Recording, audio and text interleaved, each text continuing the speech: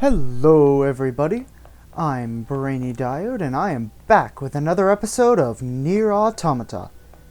Last time, we journeyed back to the factory, well, technically to the factory for the first time, to The hangar's up ahead. Let's go. to take down its defenses and help 2B infiltrate. This time, we will be returning to the surface, just like last time, to help out the resistance and find the missing Yorha members. Unfortunately, we do already know what happened to them.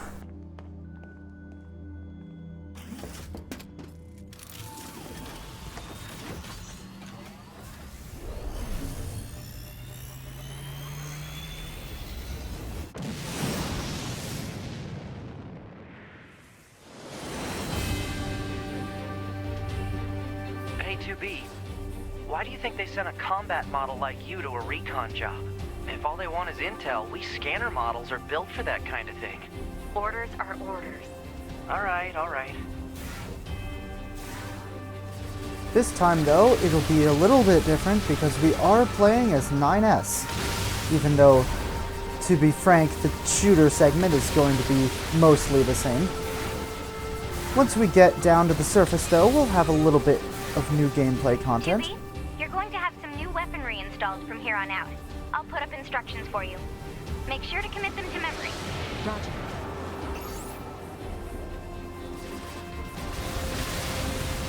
And we can use our missile barrage.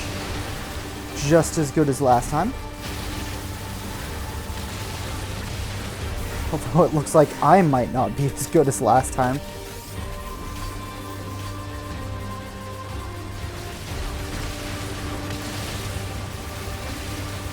Yeah, in case you couldn't tell, it's actually been a rather long time since I recorded the finale episode of Route A, so I apologize for my not great skill. I did record the first I did record the first episode of Route B yesterday, though, so should have roughly the same skill level across these two episodes. However, this enemy is not exactly the easiest to take out. And I'll dodge out of the way at that.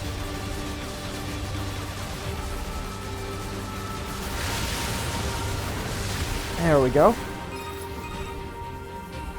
Bunker to 2B, come in. I've set a landing point for your flight units. You'll be touching down quite a ways from the resistance camp, unfortunately. Sorry for the trouble, but we can't risk the enemy discovering their position. Understood. Good luck down there. However, though, since we have the same chip loadout as last time, it's not too big of an issue that I'm not doing well, because we have our auto heal chip and our auto use item chip. Both very helpful. So here we are, back on this rooftop. Goodbye, flight gear. And hello, walking on the ground. So, other than hacking... Target location acquired. Marking on map. Proposal. Proceed to target location. Other than hacking, 9S is gameplay-wise very similar to 2B. He doesn't have any differences in movement, but you'll notice I've been According to our intel, none of the machines in this area are hostile. We've been seeing more and more enemies like this lately. They just stand there and stare into space. It's pretty weird. You'll notice I haven't been going quite the right direction. That's because we've gained another new ability as 9S. Now, we can unlock locked chests.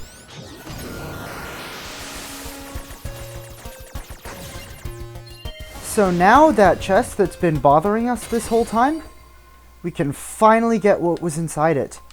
The paper attached to the vehicle. Oh, hey. This is data from the old world. Let's go ahead and see what it says. Will be under Intel. Archives? Paper attached to vehicle. Traffic violation notice. License custody certificate. Number MAI A4321. Date and time of notification. July 21st, 2013. Affiliation, rank, and name of notifier. Maihama Police Station, Police Constable Kenichi Sato. Issued to Yosuke Saito. Violation details: exceeding the speed limit by 30 kilometers to 35 kilometers. To be honest, I'm not sure how that translates to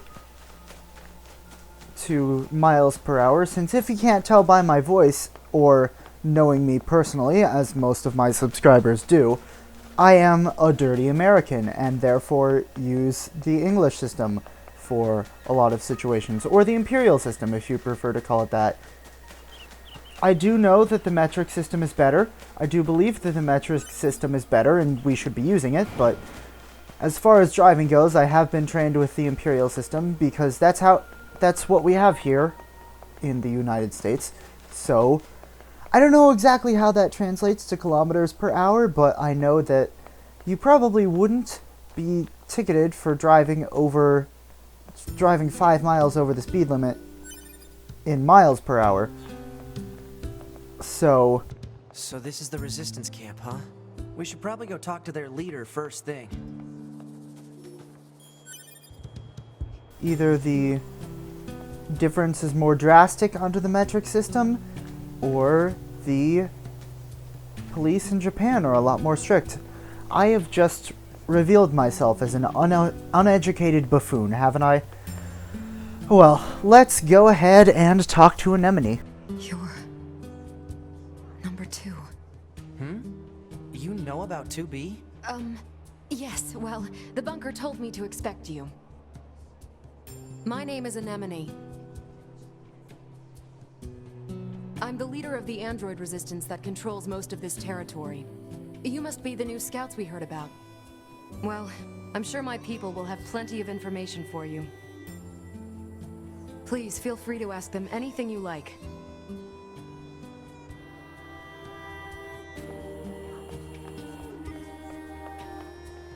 Don't recall for sure if we have to go through those side quests again. Might just have to talk to the strange woman, the strange resistance woman. It's an electromagnetic wave shielding device. I wear it to limit unnecessary information from the world. I'm not going to be quite as insistent on reading every single line of dialogue this time, since we've already seen most of this stuff at least.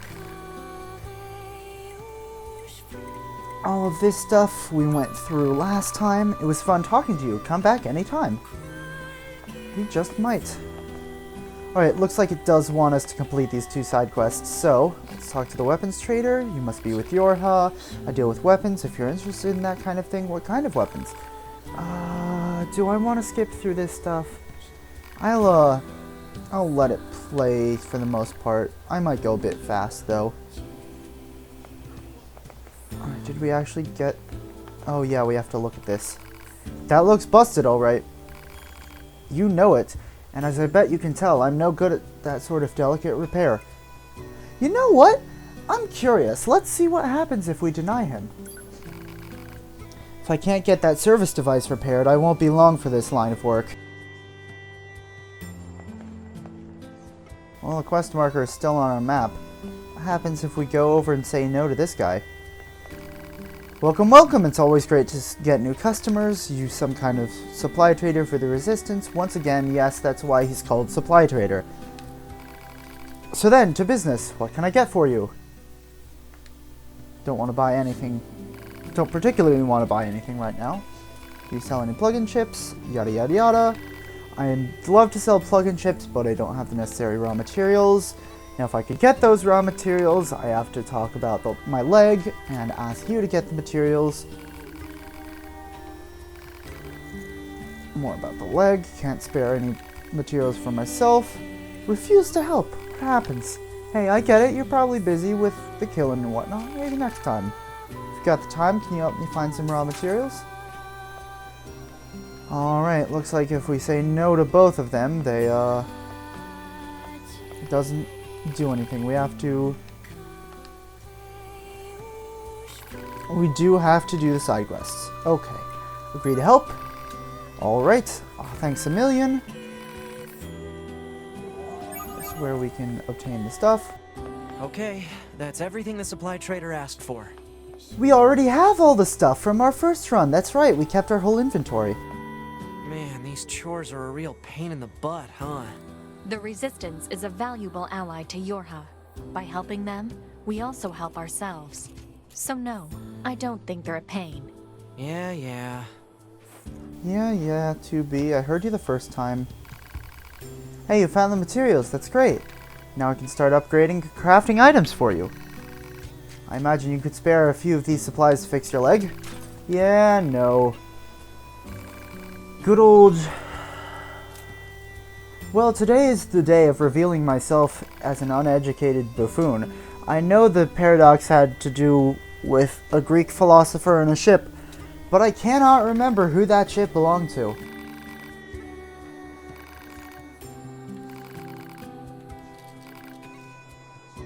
Or, in the immortal words of the Doctor, if you replace both the handle and the broom of... the handle and the sweeper of a broom, is it still the same broom? No, of course not, but it can still sweep, which is not strictly necessary. Yeah, I know it's probably a bad thing that I know more about Doctor Who than I know about Greek philosophy, but I mean, I feel like there's a lot of people who know more about Doctor Who than about Greek philosophy. Just give me a break. That'd be a huge help. Any idea where I'd find the complex gadgets? Ooh, this one, we probably haven't fought any more of the enemies that drop them, so yeah, it looks like we do have to get these items. Those enemies are kind of out of the way, and I don't tend to fight them a lot, because I believe they're usually not aggressive unless you attack them first. This must have been quite a city once upon a time. Too bad vegetation's claimed most of it now. Another change you'll also note. Operator 210 to 9S. This is your regularly scheduled contact. This is 9S. Nothing to report. Weather's sure nice today, though. Nothing to report. Copy that. And no need for a weather report. Operator 210 out. You don't have to be so formal all the time, Operator. Though I kinda like that about you. Another thing you'll notice that's different is that we have a new operator now, 210 rather than 60. This is the place that weapons trader was talking about. Uh-oh. I'm picking up hostile machine life forms. Gotta admit, I do greatly prefer 60.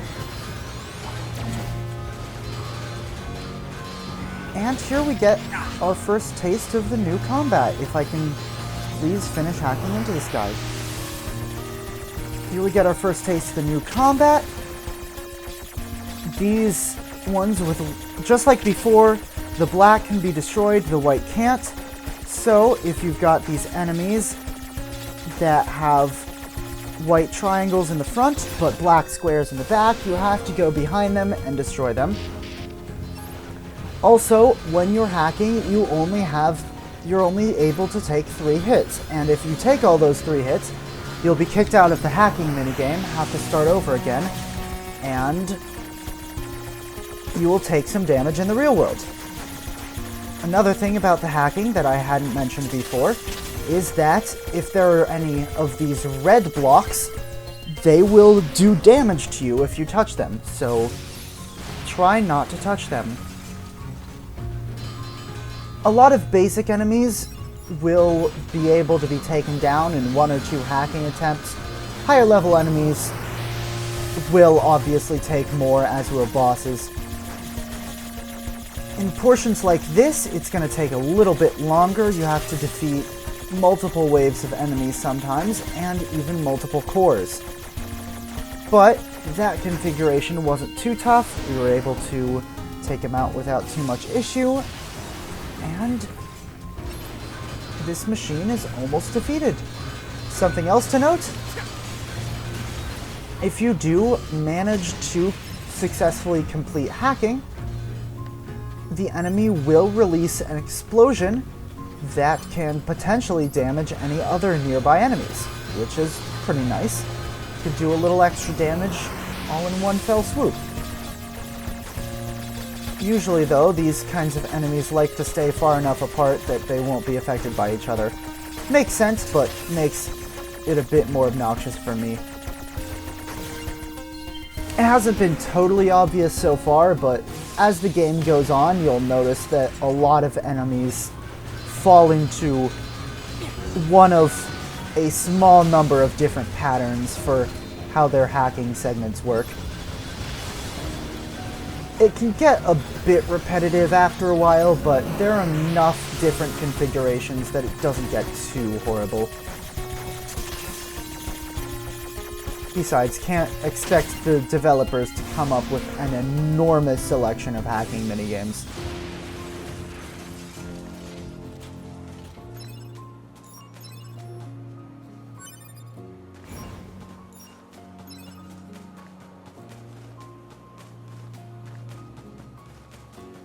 Oh yes, this is the part where we didn't actually have to fight the enemies and could just grab the materials off the ground.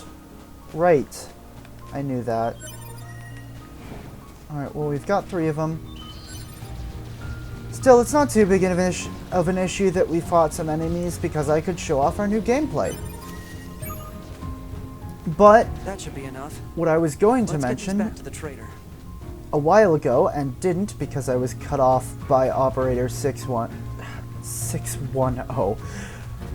By operator 210, 60 is the better operator in my opinion, the more enjoyable to listen to character, but we'll have some stuff related to 210 later on, but I won't spoil it. She does get a bit more involved in the story than 60 did. Anyway, the one thing I did want to mention is that you'll notice the city did revert to how it was before we fought the Goliath units.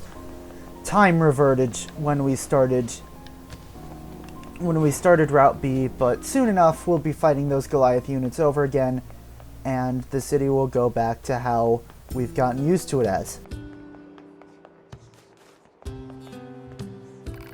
So weapons trader, I think this should be enough to fix your broken device. Looks like I'm back in business, good to hear. Although sometimes I wonder, getting into philosophy again. Come back after a little while, I should have some new gear for you by then. We reported the weapons dealer request. Alright. We have to talk to you again. Still owe you a reward. And there's our reward. I won't try him out this time. Alright. And we'll talk to you later. First we will talk to an enemy though. Anemone. Oh hey, I actually have a request for you as well. To the desert.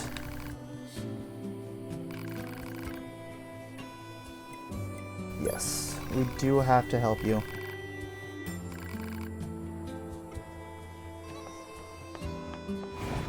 Now that I've gotten my curiosity satisfied with the other folks. Operator to 9S. Transferring coordinate data for the location specified by Resistance Leader.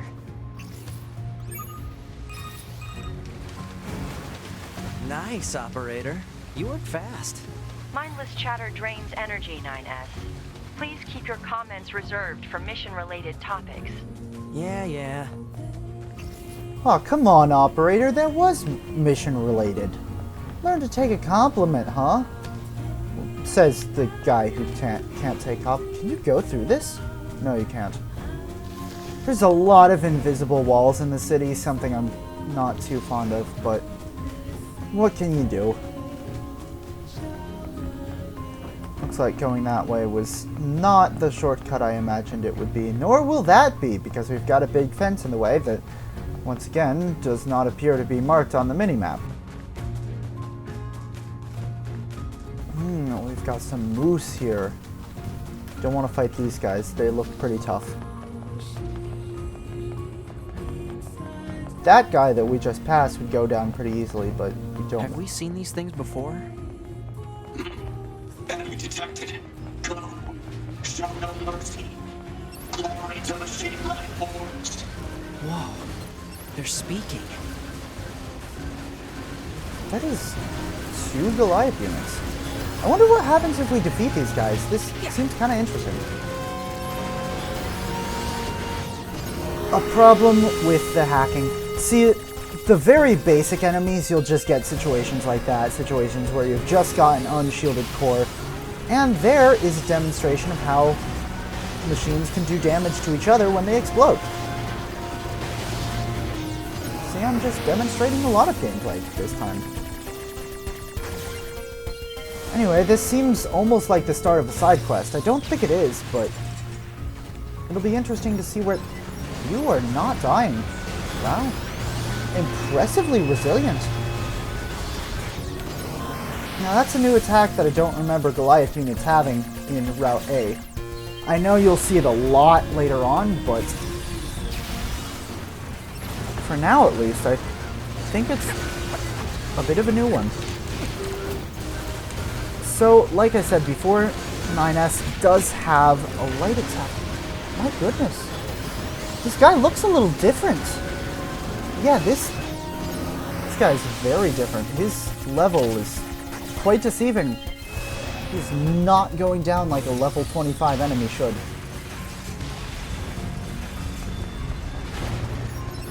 Alright, let's go ahead and take down the Goliath unit first. I think it'll pose a bit less of an issue unless this looks a little different.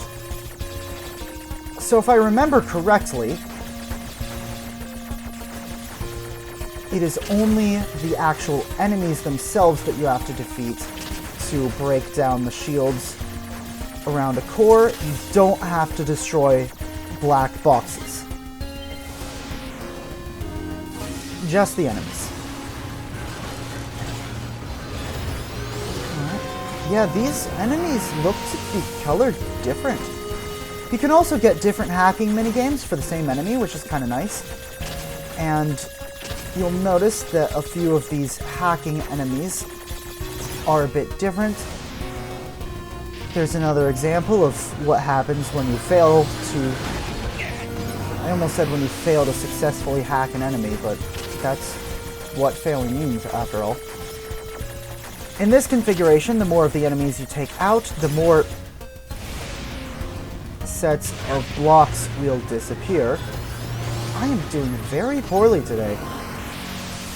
This is fun. Alright, once you defeat all the enemies, not only will the shield go down, but the set of red boxes around the shield will go away too. But that will expose you to a bit more dangerous of an attack. Barely survived that one.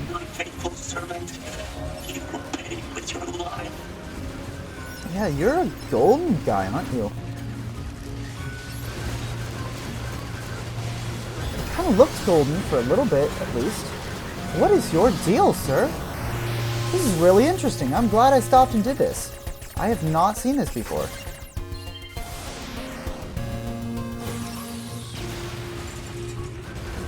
It's also nice to not have to go directly to the desert again. It gives me a nice excuse to split off the desert into a separate episode. Do I have to hack you to defeat you? What is your deal? You are taking forever to go down.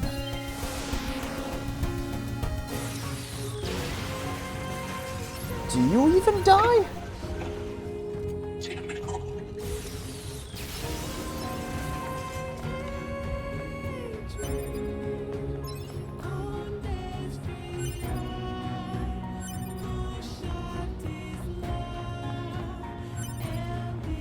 That was strange.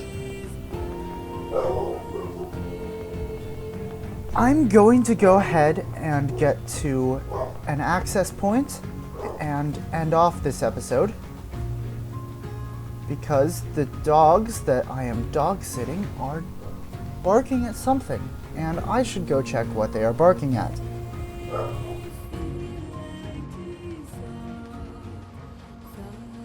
I'm sure it's nothing. They just occasionally like to bark at rabbits or squirrels in the yard or other neighbor dogs, but might as well just check just to be safe. So, next time on Nier Automata, we will travel to the desert and meet up with Adam once again. I will see you then.